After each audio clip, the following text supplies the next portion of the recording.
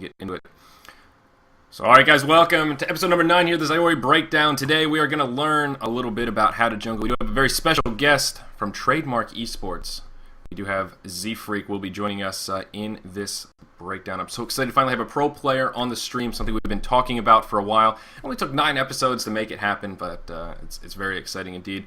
So today, Jungling 101, we're going to look at 3 distinct replays and take a look at some very specifics about what you need to do to improve your jungling experience, because there's nothing more frustrating than being in a team matchmaking game or a single matchmaking game, seeing that Legionnaire who's been in the jungle for half an hour, sitting at 150 GPM, can't figure out which items to buy, can't figure out when to gank, where to gank, or really where to do anything whatsoever. So hopefully some of you aspiring junglers out there will learn a thing or two here from inside the mind of ZFreek. So we're going to start out today with a pretty simplistic format. We're going to bring ZFreek on. We're going to talk about just sort of the meta of jungling a little bit, some generic questions that maybe apply to most jungling heroes and that kind of stuff. And then we're going to, again, look at 3 distinct replays. We're going to take a look at Legionnaire, Parasite, and Tempest. Those are the 3 junglers that we are going to investigate a little bit further. And we do have 3 very nice replays lined up here. So without any further ado, let's get straight into it. I believe we do have ZFreek on the line. ZFreek, how you feeling, my friend?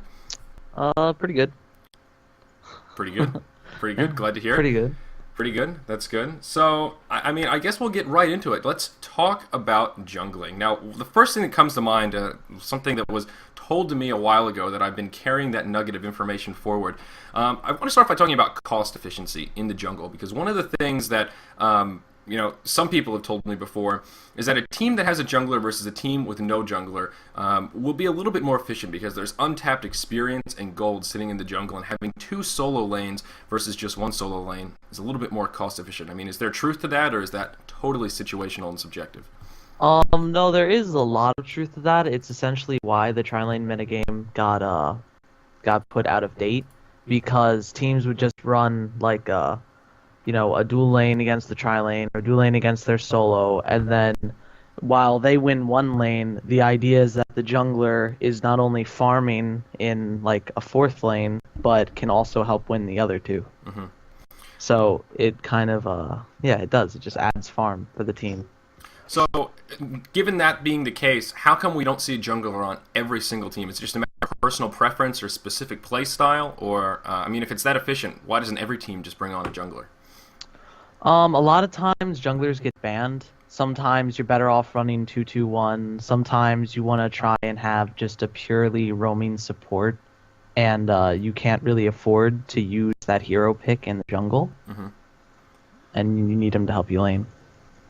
I see. Makes a bit of sense as well. One of the other things I want to ask you about is, it seems in the lower tier bracket, the 14, 15, even 1600 brackets, a lot of people operate under the assumption that jungling's a lot easier, because you don't have to worry about the variance of being in lane, and as far as your hero or your team composition up there in that lane versus your opponents in that lane. You just have to focus on the jungle. It's just you and the creeps.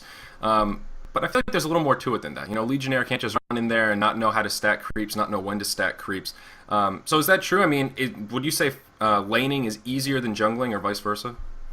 To be honest, if you jungle correctly, it's probably a little harder than just being like the guy who's solo top if you're on Hellborn, just trying not to die. Mm-hmm. Then,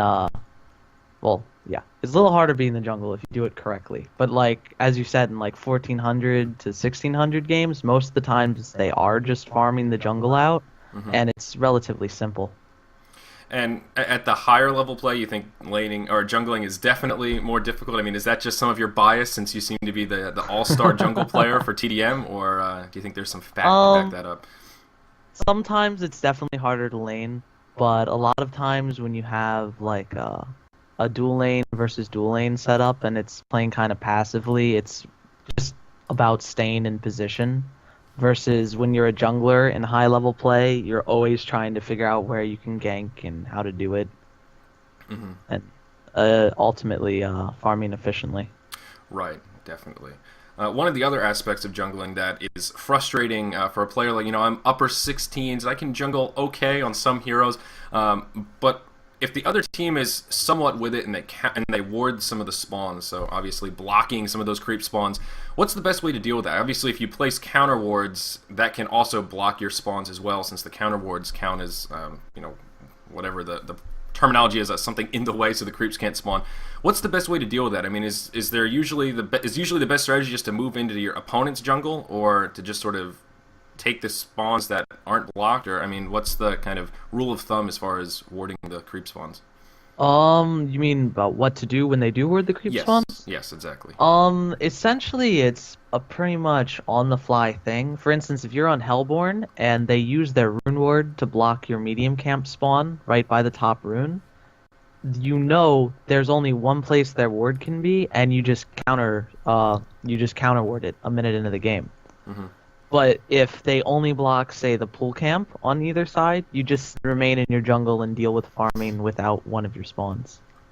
I see. And I mean, on top of that, I guess, or sort of a continuation of that, how do you make that distinction of whether you're going to jungle in your own jungle or your opponent's jungle? Because that's something that seems to be hit or miss from my casting experience. Sometimes we see, like, you on a Parasite just go super aggressive and set up early ganks, and other times we'll, just see you take Parasite in the defensive jungle and just sort of farm your way to level 6. How do you make that distinction? Is it just based on hero selections, or is there something else to it?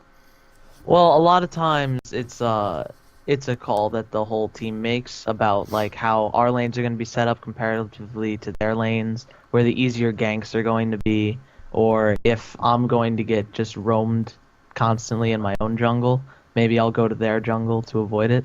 Mm-hmm. I see. So it really is just situational based on warding and lineups and your opponent's lineups. It really isn't a preference-based thing, just taken on a game-by-game basis. Mm-hmm. I see. One of the other things I want to talk about as far as stacking, have you guys ever played around with taking one of your roaming supports and helping in the jungle? Yesterday, I think it was yesterday, one of the games that I casted, we saw an Ophelia and Glacius in the jungle together. And Glacius just simply helped Ophelia kill creeps, helped Ophelia stack creeps. You guys ever play around with strategies like that? I don't believe it was the winning strategy in that game, but it was sort of an interesting take on something we don't really see that often. At least not in the early stage. I mean, I'm talking level 1, 2. It was Glacius and Ophelia in the jungle together. That's not really something we've experimented with, although it is something I've seen done before. It's kind of inefficient versus, like, if the Glacius is there the whole time helping the Ophelia hit creeps, then it's incredibly inefficient. Mm-hmm. But if it's the Glacius just stacking a camp that's, like, right next to lane and still remaining in the lane with his teammate to win it, mm-hmm. then it's not as bad, and it's something that all supports should really try to do for their jungler. I see. Yeah, I mean, I probably should have brought up this replay and we could have talked about it a little bit because it was sort of interesting. Maybe we'll do that should we have enough time. But one of the things about it that I thought was particularly interesting was, like you said, it's sort of inefficient, is exactly what they did. Glacius they were tethered at the heel, just, auto-attacking the creeps away, which was sort of strange. I don't know, maybe worth experimenting with. It was sort of interesting. I wasn't really sure what to make of it. As a caster, I was sort of left a little bit dumbfounded. There was actually one game, I think it had to be like 5 months ago at this point, like right when the tank healer metagame was kicking in. Mm-hmm. We ended up playing against, I think they were still called DWI at the time, and they ended up running an Accursed and a Legionnaire in their jungle, and they essentially quad-laned bottom and abandoned top. And it actually worked out for them because the only hero we could really send up there that would use the farm efficiently was Hag. Mm-hmm. And then they just they had a free farming Pebbles bottom, and then a Cursed and Legionnaire just farmed the jungle. And at around the 10-minute mark, they all just showed up with vanguards and kind of pushed.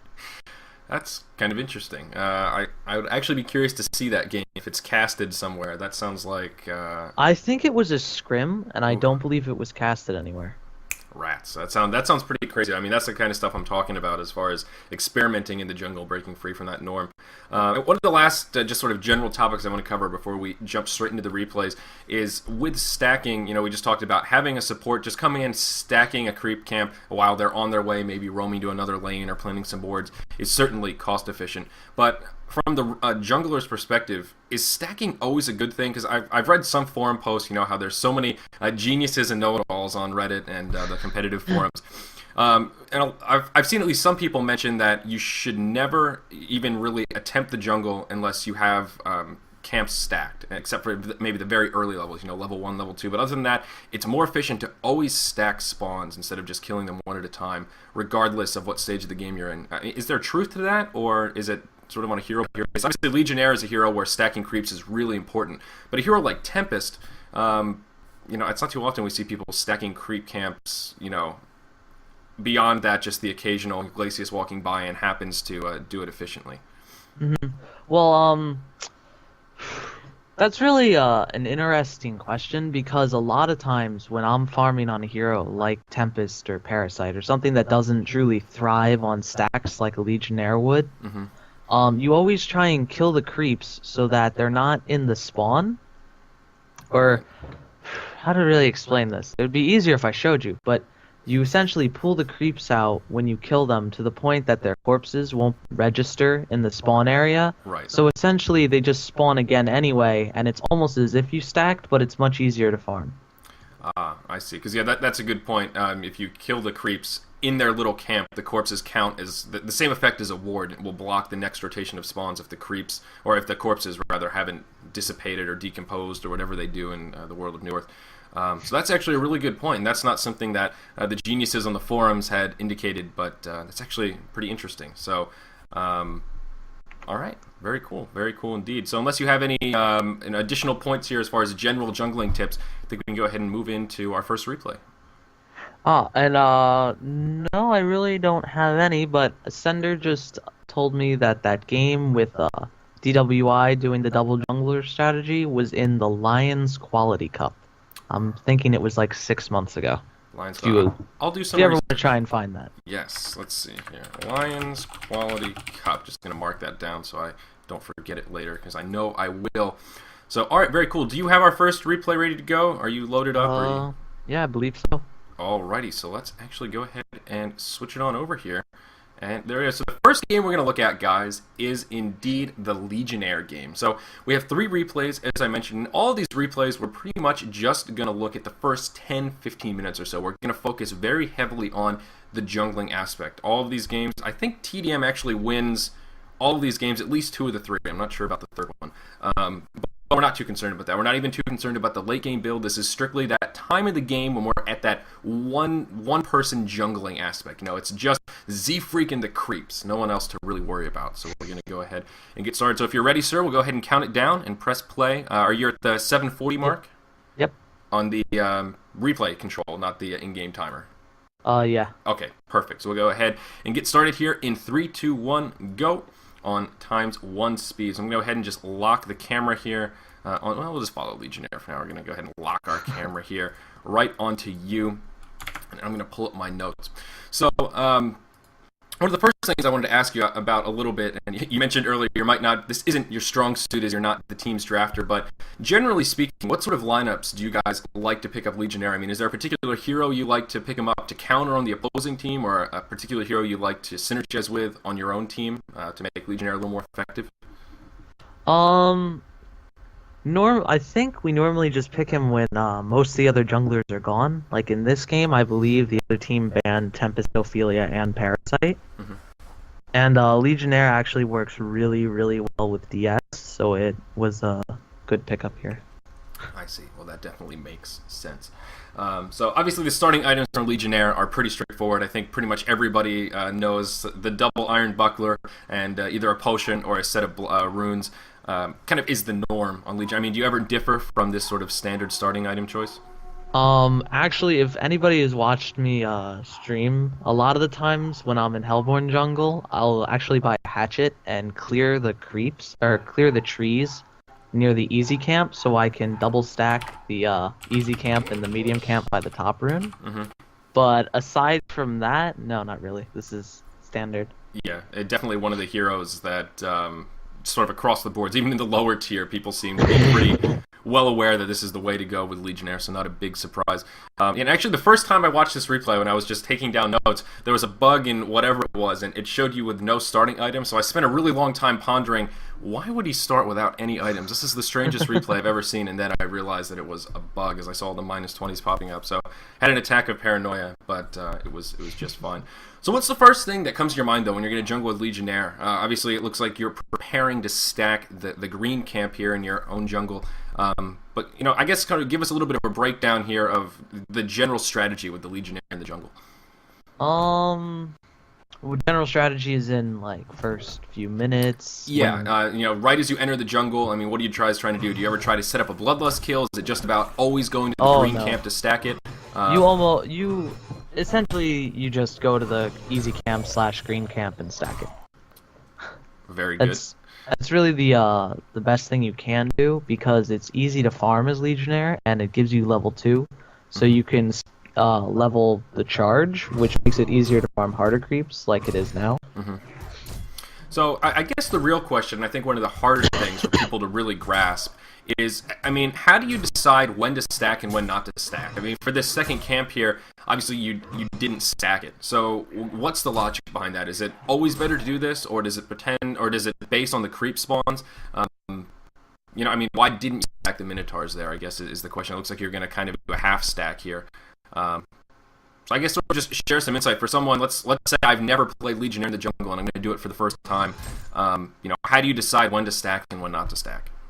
Well, in that situation, it was either dawdle around for 30 seconds and wait to stack, or damage the creep some. And when you have charge as Legionnaire, you essentially take no damage when the debuff is on the creeps, because they're hitting for 50%. So it's really worth it to get in that damage rather than just sitting around and waiting to stack both of them. I see, and that's actually a really key thing to point out that I think a lot of us don't really take note of, is that charge is particularly helpful in farming because it reduces that attack damage from those big creeps. So in the camps where you have like a Catman early on, or one of the big Minotaurs, it's a pretty damn powerful tool to be able to take these creeps down in a timely manner. Very cool, very cool. So I guess my next sort of, the next thing my brain jumps to here in jungling is, how do you balance the level of, or the frequency that you gank? Obviously, some farming or jungling heroes are a little bit more aggressive than others. Parasite being one, ganking level 2, level 3 is a little bit more appropriate. Where do you stand with that for Legionnaire? I mean, at what point do you start trying to gank? Is it just based simply on lane control, as we see here? The pull is blocked, so there isn't really a whole lot of lane control for you guys here in the top lane. How do you base your ganking opportunities? Is it just based on where the other team is, or do you have some sort of a new metric that you use to determine that? Well, the way I play Legionnaire, I almost never skill taunt before level 4, so there will be no ganking until level 4, and in this situation, there's also a Plague Rider for them in the long lane, which means there's no lane control whatsoever. And it's actually pretty difficult for Legionnaire to gank that close to the tower. Yeah, definitely. So yeah. That's really what it comes down to, is just having that lane control. I see. And do you ever attempt ganks at mid, roaming down and trying to set something up to support the mid lane, or is that sort of a easier said than done type of a thing? That's more of an easier said than done thing, because in most cases, a team is going to have a lane or some kind of vision for them in middle, and it takes an awful long time for Legionnaire to show up without them being able to just set up a stun to stop him. Right. So, I mean, is that ever worthwhile? Again, I guess it's one of those, if they're called out of position or you can roam down there real quick and pick something up, it's worth it, but if not, then just continue farming away. I want to go into the GPM tab here. You're just about the 235 GPM mark. Is that pretty normal? I mean, can you give us some insight for maybe someone trying to learn how to jungle a little bit better, watching replays, trying to just get a feel for the numbers? Are you kind of on par right now, ahead of the game, or a little bit behind where you should be? That's a pretty normal GPM right now, as at this point in the game, you should be going to farm the hard camp, as I am now.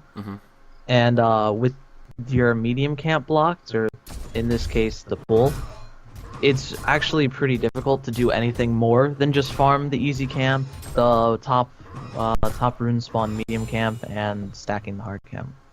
So there's really not much else you can do unless you have all your camps to work with. I see. And yeah, I mean, of course, taking out that big camp now, you kind of jumped up to about the 285 GPM mark. So that's definitely, I mean, you're leading your team, so can't be doing too bad. One of the next things I want to talk about is item choices here. Obviously, with any kind of tanky hero, but especially one like Legionnaire, Helm of the Black Legion, as well as a portal key are very important. We're going to see actually a little gank attempt here, so I guess we'll hold that thought for a second. And Plague Rider going to be a little bit of a sticky situation. If I remember correctly, you guys do pick up this kill, though it takes quite the effort and quite the tower dive as well. We go a little deep. Yeah, indeed, you do eventually get it. The Corrupted Disciple does pick up the kill there. So, pretty solid gank attempt, like you said. All about that lane control. The lane finally pushed up, so you had that opportunity to move in. In the way of item choices, I guess it's fair to say Legionnaire, one of the heroes that is a little bit more straightforward. You know, that Helm of the Black Legion, Portal Key are kind of your core pickups. Do you ever alter from that? I mean, is it every game just straight to Helm of the Black Legion, Red Boots, Portal Key, or is there something else that you try to do instead? There are some times where you don't complete the helm, like say you're ganking really well, or there's going to be lots of opportunities to gank. You can go like phase boots before you even get your Helm of the Black Legion, just for those for easier ganking. But in most cases, yeah, you're just going to stick to the cookie cutter Helm of the Black Legion boots and then a Blink Dagger. I see. That kind of makes sense. In the situations you mentioned, when those phase boots are particularly important, I mean, can you give us some sort of an indicator as to when those opportunities are specifically? Like, is there a specific hero set that it works well against, or some specific situation and that's really a viable option? Well, for instance, talking in pub games especially, like, I've played in so many games where the other team will send 2 melee heroes to their long lane, which, when talking about Legion, is top, when talking about Hellborn, is bottom. And in that situation, you can just continuously gank them as Legionnaire due to, like, just how good you are against melee heroes. And in that situation, you'd just want to pick up items that would help you gank as much as possible versus farm the jungle. Nice. And then after phase boots, just transition into that same cookie cutter, Portal Key, Helm of the Black Legion. Yeah. And are there any situations where going just a super fast Portal Key is the way to go? I mean, like Red Boots into Portal Key or something like that, if you can farm it? There are situations, although they're rare, and it's really just a matter of choice. Like, instead of picking up the phase boots when there's an easily ganked lane, you just save all your money and get a Blink Dagger. It's not something I normally do, but it is an option. Maybe one of those sort of similar, some parallels between that rushing mock strategy on Zephyr. If you're already dominating, just sort of, make it hurt a little bit more early on, but in a sort of real competitive game, not really so viable. Yeah. All right. Very, very cool. So, I mean, anything else about Legionnaire that I've sort of glanced over, or, that would be particularly helpful to someone who is, maybe someone that wasn't even aware that you could stack camps or doesn't know how to stack camps? Any kind of advice to a Legionnaire on that level? One or two things. One, don't max your spin, because it's awful. Max charge, it farms quicker and is much better for ganks.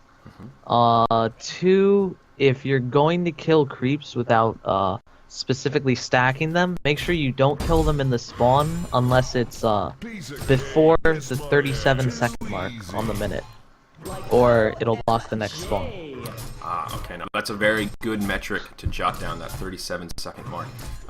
Those kind of numbers make it much easier, I think, for those of us to remember. And as far as stacking, what's the best time index, at least in your opinion? I believe it's a 5-second tether to get them out of the position before they run back. So about 56, is that a keen time to attempt to stack?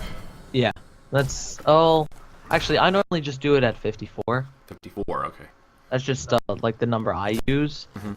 But you can do it essentially anywhere between 54 and like 57 if you want to get really close. Yeah, yeah. That's I guess 56 is kind of on the later end, I guess you could say. But we're kind of getting to that point in this replay. We're going to cut it and move on pretty soon here. We're about that 10-minute mark, and at this point it's pretty straightforward. You have your Helm of the Black Legion, and you can kill triple stacks pretty much no problem. Once you get all that mitigation, things become much more straightforward. So just sort of from this point forward, any sort of words of advice or tips? Maybe after you get that portal key, What items after that? Is that just situational based on the game? Are there other kind of core items past those two, the Helm of the Black Legion and Portal Key, that are particularly good on Legionnaire? I would say core, like if you really want to win a game, then the core items to pick up would be Bulwark into Barbed Armor. Mm-hmm. Because Bulwark mixed with your charge, I think it negates 10 armor from them, and then you just pretty much tear them apart. But it's pretty situational if you're just trying to play for fun. Right, that's definitely true. Kind of all depends. At this point, the reason we're looking at just the early stages, because at this point, your farm and stuff sort of depends on your team. Are all of your lanes dominating or getting dominated? That makes a big difference. As we see here in this game, tdM's doing very well as far as 8-6, a nice early lead. So you're pretty much left alone in the jungle. You can just free farm your way to victory at this point. No pressure, no wards blocking your spawns or anything like that. I guess my one last question about Legionnaire is, when or ever do you decide to go down into the enemy jungle and get a little bit more aggressive? Is that totally viable on Legionnaire, or very situational as well? It is situational. It's like how I said earlier about whether you go into the enemy or your own jungle. It's all about what lanes will be easily ganked. And a lot of times, if I'm pubbing though, I'll go into the enemy's jungle if I'm playing on Legion, because I hate the Legion jungle. Alright. Any particular reason why the Legion jungle is so much worse off? I don't know. It's just like, it feels awkward to farm it many times because there's no medium camp anywhere near the easy camp. So, for heroes like Warbeast, for instance, who, if there's Catman spawns at both of the hard camps, has a really hard time farming them, you just spend so much time running back and forth versus being on Hellborn, where you just go like 3 feet away. I see. Another key distinction. I hate those damn Catman. They're the bane of my existence when I'm playing Keeper of the Forest in the jungle, man. Yeah. Just call the remake vote right away when I see that shit. Alright, so, but I think that about does it for Legionnaire here. Again, unless you have anything else to add, I think we can move on to our next replay. No, that should be everything. Alright, very cool. So, coming up next here, we are going to take a look at Parasite, and then after that we're going to take a look at Tempest as well. Obviously, there are quite a few jungler heroes, quite a few that you play very nice. I wanted to look at Keeper of the Forest, but these are the first 3 replays I took a look at, and I don't know if we'll have time to take a look at 4 or 5 here. So yeah, let's go ahead and get our next one loaded up. So it'll be just a second here, guys, while ZFreek and I fumble around our local replays. The Parasite game? Yes, the Parasite game. I can give you the match ID real quick if you need it. I got it. Good. Alrighty. So I don't have a time index jotted down, so we'll start sometime after the picking phase here, probably around that 8-minute mark again, something like that on the replay timer. Will most likely be right there. So I have to ask though, how come you are the jungler? Not too infrequently on the stream do we say stuff like, "Oh, no surprise here to see ZFreek in the jungle again." What is it about the jungle? Is that one of those things you were just sort of roped into as you were on a team and no one else wanted to do it, or did you, graciously volunteer to be the guy that sits in the jungle because you'd prefer to fight the neutrals instead of other players? Is there, a lot of stuff going on behind the scenes that influence your decision to spend a lot of time in the jungle? I actually enjoy jungling for the most part. I like the heroes that jungle. I love playing Parasite, especially in pubs. But it was pretty much something I've just done for a while now, ever since we were like the old lineup with tdM. And I don't know, it's just what I've been doing. I see. Makes perfect sense. Just curious if there was some other kind of motivation behind it. I'm at the 8 minutes and 30 seconds index on the replay timer, if that works for you, sir. Yeah, one moment, I will be there. And pause. Okay, I'm there. Alright, so we can go ahead and get it started here. Pull up Parasite, there it is. I'm going to lock the camera and we'll go ahead and press play in 3, 2, 1, go. So here we are, obviously in our second game, guys. Welcome to learning about Parasite here. Of course, I'm Zyori. Oh gosh, need to switch it over. There we go. There we go. Now we can see in-game. Looks great. Looks great. So the first thing I want to point out here before we get into anything else is obviously you're going to go to the bottom lane, hop in a creep to deny it. want to note that that's no longer possible unless I'm totally mistaken and off my rocker. They've changed that with Parasite now, and you can't deny creeps until level 2 to prevent this from happening, correct? You are correct. You cannot deny your own creeps until level 2 of Infest. Very disappointing. So the little deny strategy we'll see here is no longer viable. Just wanted to point that out. This replay is from before the most recent patch. I think definitely an important thing to point out. So the first thing I want to ask you about here, obviously you are going to be jungling. In this game, you're not going to be doing the Suicide Lane Parasite, doing that kind of a Plague Rider style, just denying creeps. So you will be in the jungle, obviously, since we're learning about the jungle. And Parasite is a very interesting hero, a pretty unique hero, and when he came out, there's really no other hero like him that can take over creeps. So I want to ask you about your starting items here, going for the Mark of the Novice as well as 5 mana potions.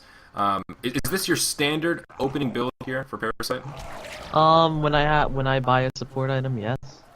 When I don't buy a support item, or upgrade the courier or buy wards, I normally start with a Ring of the Teacher and 2 mana potions, just because you can infinitely farm the jungle with those starting items. Okay. All right, that's perfect, because my next question was going to be, how come you didn't start with Ring of the Teacher? So that makes perfect sense as far as being one to buy a support item. So perfect sense indeed. Now, one thing in this game that I think is important to note that may influence some of the decision making we're going to talk about in a second here is there's a Wild Soul on the opposing team. We do see Wit playing Wild Soul, who is going to be in the Legion jungle. This is one of these situations where there's a jungler on each team. So I guess talk to us why you opt to go down to the Legion jungle. Is it simply just to try and slow down Wild Soul as much as possible, just to mess with his head? Or are we doing this anyway? I guess talk to us about the mechanics of Parasite versus Wild Soul in the game. Well, Parasite does definitely beat a Wild Soul in the jungle, or at least he benefits a lot more from being in the same jungle than a Wild Soul does. And in this situation, there's also ganking opportunities bottom. So it made the most sense to go into their jungle. I see. And, I mean, even if Wild Soul wasn't here, would you probably still decided to go down in this Legion jungle, or probably not? Oh no, I hate Legion jungle. I see. So we will see that first gank attempt, as you were talking about, level 2 here. The Skeleton King going to come in, and you guys indeed will be able to pick up a kill onto Plague Rider to start this off. So that's a nice little pick-me-up, picking up an assist early on. And again, that segues very nicely into what I wanted to ask you about with Parasite. A hero very heavily based on early ganking. So how do you gauge that frequency? Because sometimes we see Parasites, in the jungle, not really ganking a whole lot, just farming up, trying to hit that level 6 in a timely manner, and then we see situations like this, where, obviously level 2, you're already in that lane trying to help set up a gank. Talk to us about that a little bit. Where does that decision-making come from? It really goes back to the whole who's in your lane and in that lane, who's on your team and who's on their team. For me here, there's an Electrician and a Glacius, which are, really easy ganks on especially a hero like Plague Rider, who has no escape mechanism, and it's just profitable to be ganking a lot.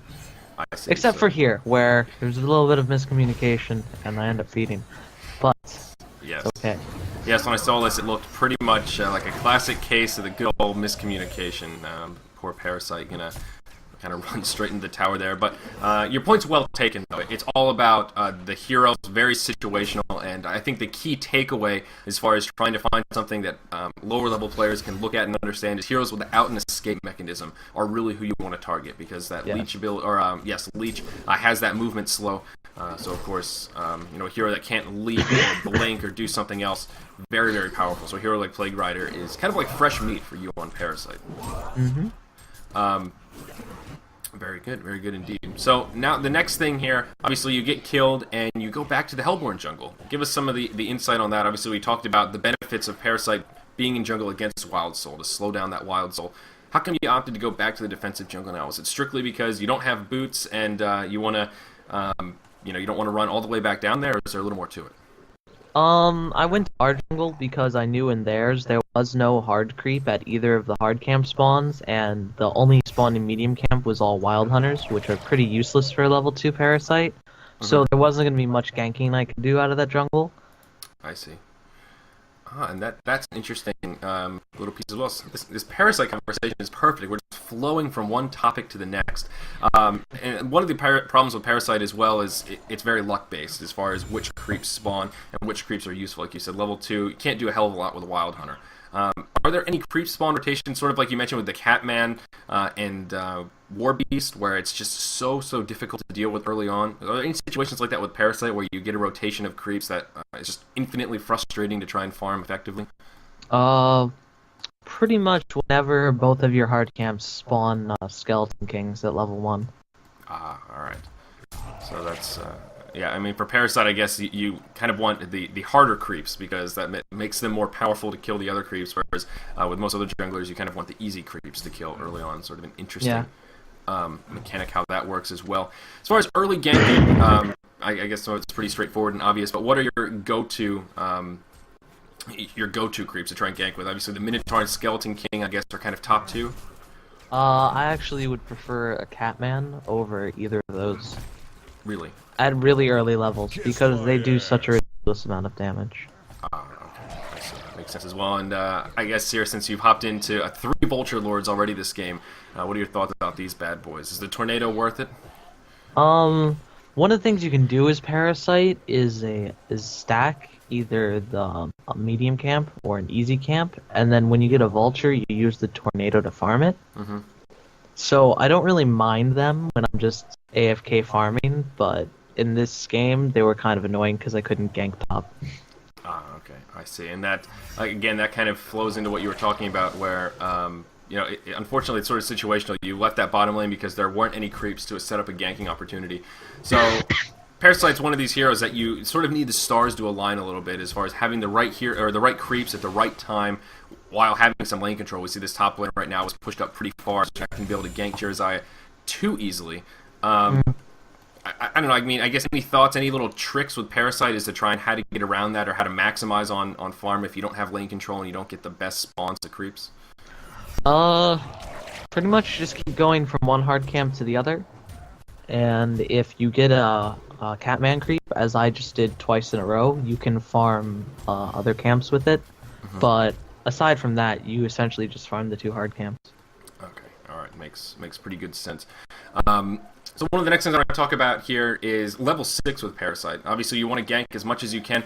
Are there situations, though, where you kind of want to sit back and just farm more aggressively to hit level 6 as fast as possible? Or I guess any kind of strategies where doing super early ganking isn't quite as favorable or something like that? I mean, that ultimate is pretty huge on this hero.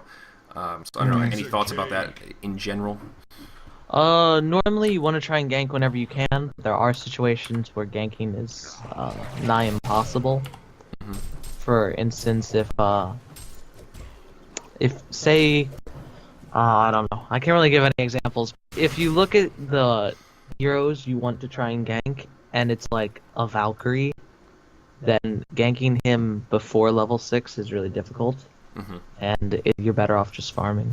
Okay. I mean, so again, it comes back to that escape mechanism. Parasite being one of these heroes that really preys on heroes without that escape mechanism, but if they have a roster that's set up pretty well, it might be a little bit better to sit back and farm.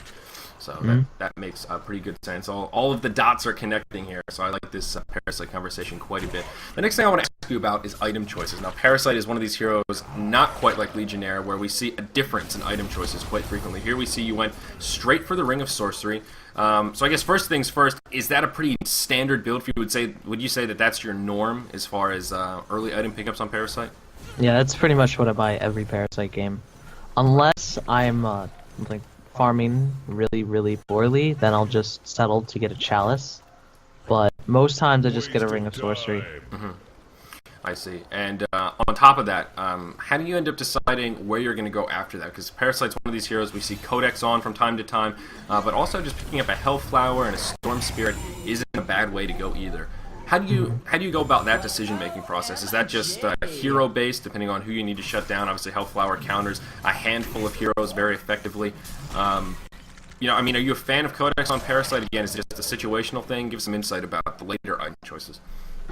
It's really it's more a situational thing. For instance, it just goes back to the heroes the other team has.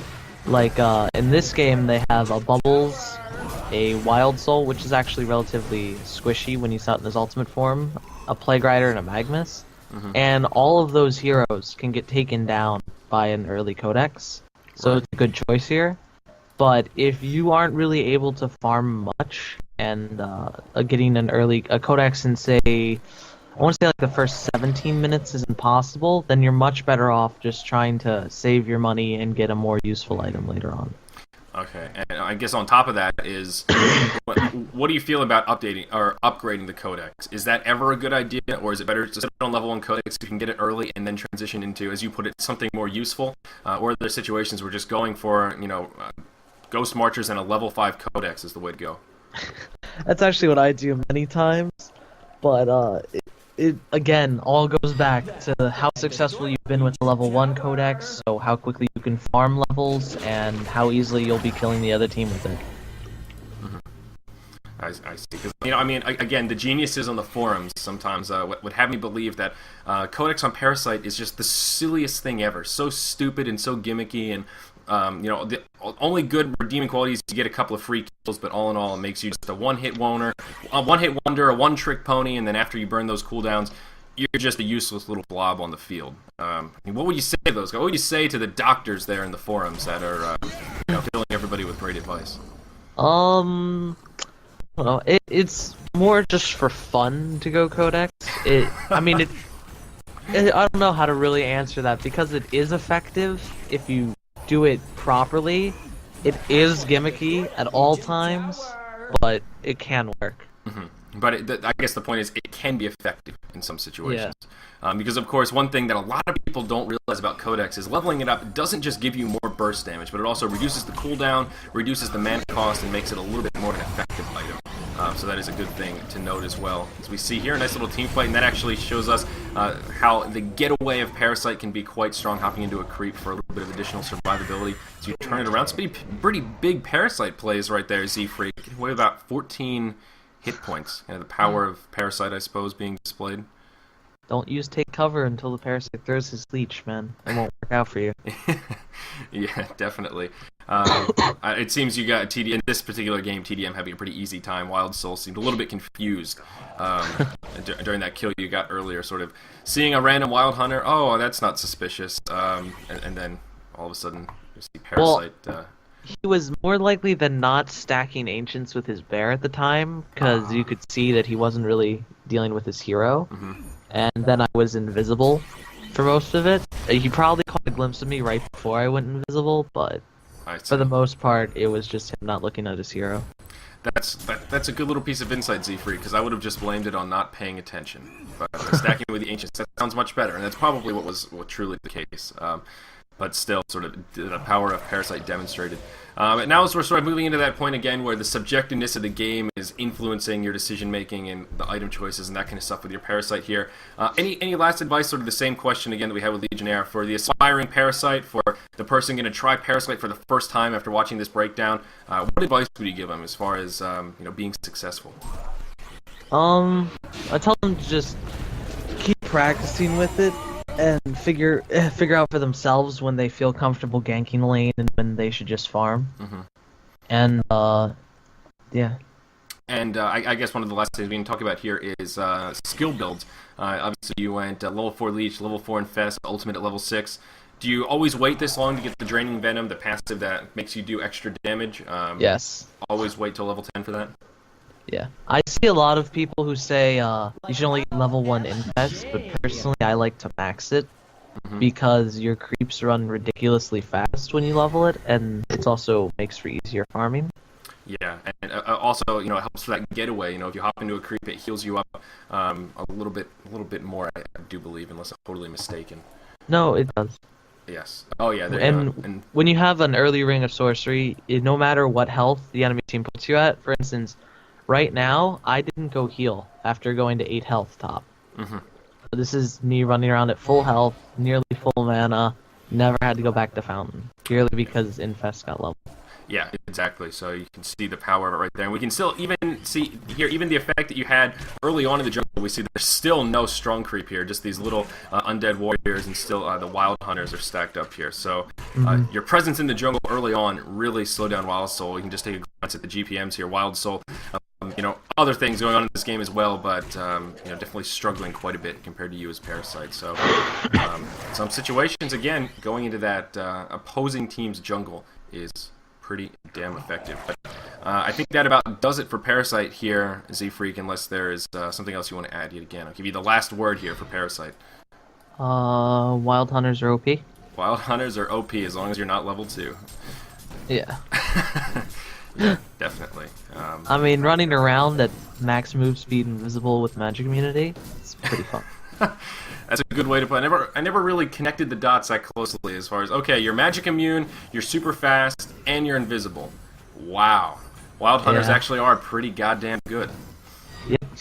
Wow. All right. Well, I think that's a perfect note to end on about why Parasite is so. Because I know a lot of people talk about your Parasite. I mean, like I said before, you're talked about as a really keen jungler a lot, but Parasite is one of those heroes. And I was sort of drafting the notes for this and consulting a few people, and I was like, oh, you got to do Parasite. ZFreek on Parasite equals sex, and I'm just like, wow, wow, ZFreek, you have quite the profound effect on Han players if they're equating your Parasite play to sexual intercourse. That's next level, man. Yeah, I try. It's good stuff. Good stuff here. So we're going to move into our third and final replay here, guys. It is indeed Tempest. So a little bit more straightforward, I think. Tempest, at least in my opinion, I think a little bit easier to manage in the jungle. But we'll talk about it. I mean, what do you think? I guess actually a good intermediate question here is, who's your favorite to play in the jungle? Who do you think is most fun if you could pick, all things equal, to play for the rest of your life in the jungle? Which one would it be? Jeez, the rest of my life? Well, am I taking on the persona of this character as well, or am I still myself playing a video game? I'd say you're still playing the video game, for sure. I mean, Tempest is really fun. Ah, interesting. So I would have thought Parasite was the easy answer there, for sure. Well, I find farming the jungle fun. I'm weird like that. But Tempest just does it so well. Yeah. And then 5-man ulting is pretty fun as well. I see. Can't do that as Parasite. Like one guy over and over and over and over and over. It's true. You can make big plays on Parasite, but not to the same magnitude as you can on that Tempest. When you just can't, there's no feeling to replace just that huge, catching their whole team, that perfect genocide. I mean, it's a rush, man. It's like, it's better than sex. I know what you're talking about. It's unbelievable. It is unbelievable. If you haven't experienced that and you play Heroes of New Earth, you are doing yourself an injustice, I think it's fair to say. So I'm at the 10:15 in-game timer for this one. Picking phase took a little bit longer, so 10:15. Let me know when you're ready to rock and roll. Ready to go. All right, let's see. Where's Tempest? And we can switch over our overlays here. So let's go ahead and press play in 3, 2, 1, go. And there we are. So let me pull up my notes here again, and should be in good shape. So one thing I want to note, same as we noted about Parasite in that last replay, I believe now with Tempest you still can deny creeps at level 1, correct? Yes, you can. Very good. So this little strategy still works very, very nicely, helping out the long lane a little bit, getting some of that lane control. So again, I guess same story, different hero here with the starting items, exact same 5 mana potions, Mark of the Novice. Is that just because you had to pick up one of those support items again? Yep. And had you not picked up a support item, your starting build would be 2 mana potions, Ring of the Teacher? Not normally on Tempest, because I get really annoyed when a creep will randomly attack my hero and get rid of my mana potions. Mm-hmm. I've actually been experimenting a lot lately with starting item builds, and I just like to get as many mana potions as possible. Oh, interesting. So just straight mana potions? Well, no, not 600 gold of mana potions, oh, but... okay. Well, that was what I was picturing by that description. No, normally I think my favorite build now, if I'm definitely not going to get harassed in the jungle and there's no need to buy trees, I'll go Mark of the Novice and a Circlet to help me get a quicker Ring of Sorcery and just my mana potions. Okay, alright. Makes a little more sense. Makes a little more sense now. Totally totally with it. So very nice, very nice. So I guess before we get too far into it here, tell us a little bit why. So why exactly is Tempest your favorite? Is it just because you have that late game potential as well? One of the things with Parasite we didn't mention that I actually had in my notes and kind of skimmed over is his scalability into the late game. I guess with the three heroes we're seeing here, Tempest, Parasite, and Legionnaire, how would you rank them in their ability to scale effectively? Tempest definitely scales the best in the late game. I'd have to say Legionnaire is second, but I don't know. It really just depends on how well the game went for you. Because Legionnaire can carry at the end of the game. Parasite really can't, no matter how many items he has. Mm-hmm. But, yeah. Tempest is definitely the best late game, though, just for the ultimate. I see. So, to start it off here, just give us a little bit of insight about kind of your initial strategy with Tempest. I mean, I said earlier on a little bit more straightforward, because at least in my mind it is. You pretty much just turn one of the creeps into an elemental and then auto-attack your way to victory, microing your elementals when appropriate. Am I missing a key part of Tempest farming here? No, not really. That's essentially what you do. So, yeah, I mean, any other sort of initial insight to starting off the jungle with Tempest? I mean, we talked about starting items a little bit, but maybe other potential starting item choices or, creep spawns that are particularly difficult. Any nice rotation when you decide to stack? We see there's a stack here already. Very, very kind of your teammates to help you out with that.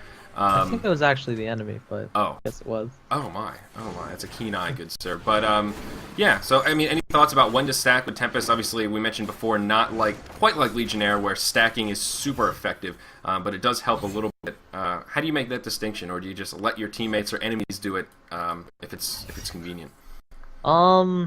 Many times you want to stack medium and easy camps, but you would never want to stack a hard camp.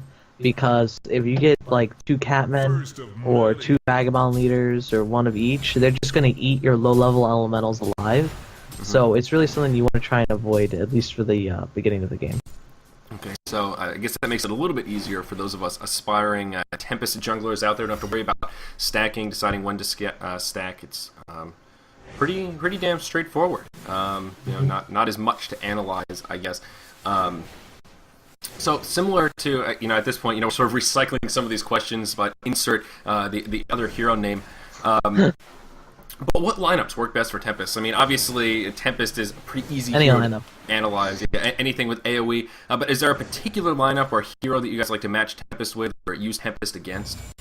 Not really to my knowledge. The heroes just, I'll say it, imbalance.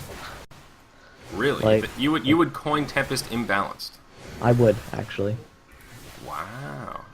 Because if you see, here, I even wasted mana trying to gank, but I'm still the highest level in the game, and if I keep farming, it'll stay that way. I say he's imbalanced because he can out-farm lane heroes, out-level them, and he really only needs a Blink Dagger to win the entire game. Yeah, I can agree. I can see exactly where the argument comes from. I mean, looking at that XP per minute tab, it's pretty astounding. You're 100 experience per minute ahead of anyone else in the game, and that's Dark Lady, who's just farming away. If we take a look at the GPM tab, you're not leading. I mean, you're leading your team. You're still at 277. I mean, that's pretty damn good for 4 minutes in. And of course, we talked about opening up those other lanes for your team to pick up a little more experience. And Valkyrie got first blood, though. So you gotta remember that. Yes. Oh, okay. Yes, that's true. That's actually a really good thing to point out. That I'm tunnel visioning so hard on Tempest right now that I actually totally ignored that. So that's a really good thing to point out. So what would you propose as kind of a potential fix or something that would level Tempest out with the rest of the heroes in the pool? Jeez, I don't really know how to balance this hero. As long as his ultimate exists, he's going to be that hero that can win an entire game with one button. Oh, interesting. So, wow, that's really interesting. It's not too often you hear people that play a particular hero very frequently that actually admit that they're broken. Usually it's the opposite. For some reason, this hero is underbalanced. They need more help because they play this hero so often. So that's very big of you, ZFreek. That's really kind of nice to hear for a change. I do want to note here, you did pick up your Ring of Sorcery first. Again, is this kind of the norm? Is this your go-to pretty much every game, just grabbing Ring of Sorcery straight away? Pretty much. I love that item. Any ulterior choices that you ever pick up? Any situation where Ring of Sorcery first is not appropriate? Pretty much never. All right, so Tempest is becoming even more straightforward than I initially thought. You don't have to stack creeps, you don't really have to pull, and you just go Ring of Sorcery every game. Just make your elementals. Pretty easy. Easy peasy. Pretty much. Ring of Sorcery into Ring of the Teacher, push towers, win game. Oh yeah, that's the other reason he's overpowered. He is, I want to say, the most pushing potential in the game. Really, beyond that of Keeper of the Forest. Yes. Keeper can have his minions killed. Tempest, I want to say, push faster and have more health to magic damage, just due to their magic armor. So it's an interesting point, actually.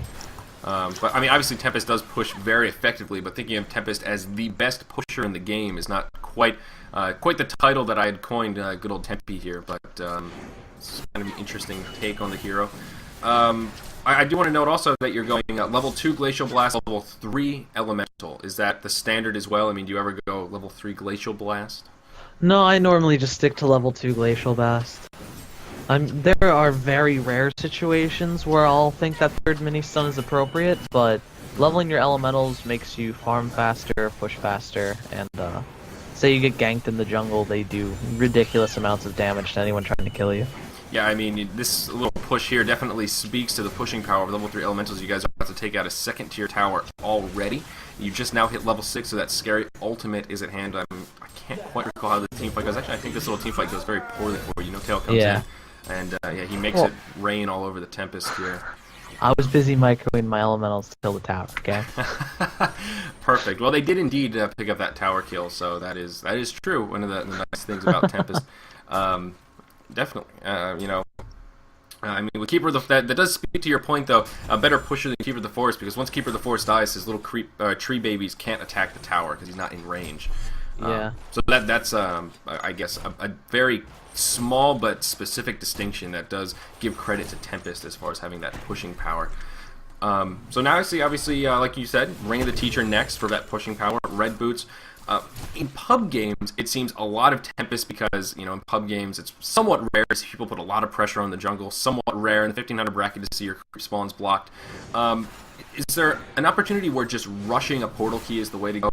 I mean, like with those starting items, just buying mana potions and literally straight up portal key?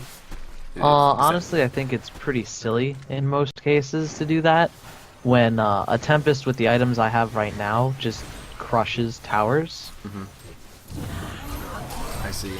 Unfortunately, going to get hit by that arrow, but whoa, look at that Tempest ultimate. Again, speaking some truth to the stuff you were talking about, ZFreek. That ultimate totally turned it around. I thought you were dead meat. A 3.5 second stun, followed up by Magnus. Getting pretty dangerously low there, but pretty well done. I saw the potion was on you as well while the ultimate was off. Pretty clutch. Send her health potion to me. Yeah, pretty clutch play right there. That was pretty big. So speaking of that truth even more, maybe, I don't know, ZFreek, I think you may have changed my outlook on Tempest a little bit. Now when I see games, I'd be like, damn, Tempest pickers. Pretty wild. Pretty wild and stuff. I mean, Tempest is definitely one of these heroes we used to see in almost every game, either banned or picked, and now there's a fair frequency of games where we see Tempest kind of ignored, not picked up, not banned, just sort of, Really? It's still picked or banned just about every game. Still, a little bit less than it used to. I mean, still a lot, but it's definitely. I don't think it's 100%, not 100% at least in some of the games that we've been seeing, and it's Gosu opens, but I suppose you're right here. Unfortunately, it looks like Dark Lady is going to get the better of Tempest in this little exchange. Yeah, don't try and help teammates when Dark Ladies have haste. Yeah, yeah, that's again, we're starting to get to the point in this game, like the others, where external factors are influencing what you're doing, and we're sort of not talking about the jungle as much as just Tempest in general and your team, and that kind of a thing. So some of the last points I have here for Tempest is one, since we were just talking about items. Do you ever go for bottle on Tempest? Because that's something I've seen from time to time. Instead of Ring of Sorcery first, actually going for a bottle. Any viability in that build? I mean, there is viability. It helps throughout the game to have a bottle, and especially when you're focusing a lot more on wind control. But I always whenever I buy a bottle, get no rune spawns near me, so it's kind of useless. I'm just unlucky in that sense, so I tend to avoid it. So yeah, it definitely does add that luck draw to it, whereas Ring of Sorcery is pretty much a sure thing. Every 30 seconds you're going to get your mana, no questions asked. So I can see the stability there, getting rid of chance definitely made some sense. And really kind of the last point I have here, which I think I already kind of know the answer to, how do you decide the frequency of how much to farm, how much to gank, and how much to push? And I think, the answer to that really just comes down to it depends. It depends on what heroes they have. It depends on the lane control. Is that pretty much the case? Is there any sort of secret or tip to, how often you should try to gank before level 6 or try to push or anything like that for, again, those of us that aren't the experienced hand at playing Tempest? To be honest with you, I normally would much rather farm than attempt an really early gank, as I said, Tempest farms stupidly quickly. Mm-hmm. But, there are those rare occasions where the no-escape hero is solo top, and you have, like, an electrician there. So it just makes for super easy ganking. It's one of those rare situations where killing the hero is actually more cost-effective than that solo farm, but like you said, very, very rare occurrence, I guess. Oh, and to put it in perspective for you, how much faster Tempest pushes than Keeper of the Forest, he has one more minion, and they hit for double the damage. Wow. Yeah. All right. Well, when they split anyway. Right. There's 6 minions versus 5, and they do about double damage, so makes sense. Tempest Elemental is definitely one of those things where we've seen in fights where people definitely underestimate the damage. It's like Tempest versus someone who has Tempest with 6 elementals. They're like, oh, I can take Tempest, and all of a sudden their health just disappears after 6 elementals beating on them. Oh yeah. They definitely do sort of a hidden amount of damage, I want to say. Some sort of like Armadon. People just don't expect the spines to add up that quickly. All of a sudden, you're out of health, and it's just this sort of reoccurring theme that I've observed throughout my days of casting. Yeah, don't get me started on Armadon. I don't like that hero. I see. Well, certainly frustrating. He's been getting banned more frequently these days, so I guess that is good news in your eyes. Mm-hmm. So, any last words for Tempest here? Anything, again, for someone trying Tempest for maybe the first time or the first couple times? Any quick words of advice for how to jungle with Tempest successfully? Really simplistic words of advice would be that minions don't use their abilities, like jungle creeps don't use their abilities unless there's 3 or more units next to them. Mm-hmm. So, especially when you're farming like a Catman, you want to try and keep your elementals split so they don't just get stomped on, essentially. Right. That goes for any hero. Keeper of the Forest as well. If you micro your trees so that there's only 2 of them, it doesn't proc all their abilities. So that's actually a point that we didn't quite cover that I guess sort of both of us may have assumed that people were aware of, but that is a good thing to point out as well. And aside from that, always remember to micro your elementals, because like you had said, they do some pretty ridiculous damage, Mm-hmm. especially when you're trying to fight somebody in a lane. Yeah. Mm-hmm. All right. Well, that about wraps it up for things that I have. Of course, those are the 3 replays. We did take a look at Tempest, Parasite, and Legionnaire. For those of you that may have tuned in late, of course, the VOD will be cataloged right after this. You can check it out on Zyori.tv. Any sort of more generic words of advice, ZFreek, anything that I skipped over, anything you want to add to sort of this Jungling 101 little broadcast we did here? Lightning is awesome? I don't know. Yes. And again, guys, the replays, if you want to download those and take a look, they're all pretty long, interesting games. Pardon me, the match IDs will be posted in the description of the VOD, so you can check those out as well. Definitely appreciate it. So, ZFreek, any shout-outs for us? Closing comments? Any comments you want to make? Maybe where people can find you? Do you stream anything, or do you have any kind of social media people can follow, a website, anything like that? I stream from time to time on twitch.tv/ZFreek. I think I have a Facebook page. Yeah, I do have a Facebook page. And you can follow me on those. But aside from that, typical shout-outs to the sponsors, PerformancePC.net and Nation Voice. God, I can't remember what it is. A nation voice. I don't remember the ending part, but just nation voice. And Nation Voice. Nation Voice. And shout out to the family. Shout out to the oh, that is so noble. That's exactly what I would I know. expect from a jungler. So Yeah. again, Us guys. noble junglers.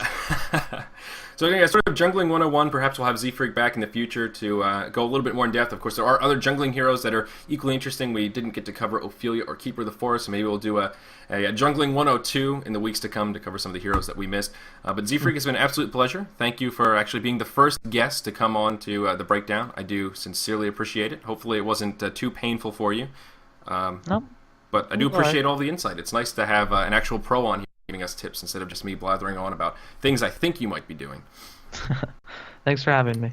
Very good. So that's going to wrap it up, guys. That will do it for episode number 9. We're actually pretty close to an hour today. That's pretty damn good. Usually we go at least an hour and a half, so that timing actually worked out just about perfectly. Of course, follow me on Twitter at ZyoriTV, Facebook.com/ZyoriTV, and this VOD will be cataloged where all the other VODs are at Zyori.tv/VODs. All that stuff will be there for you guys to check out. But until then, it has been a pleasure. Be kind to yourselves, be kind to each other, and we'll see you guys on another breakdown.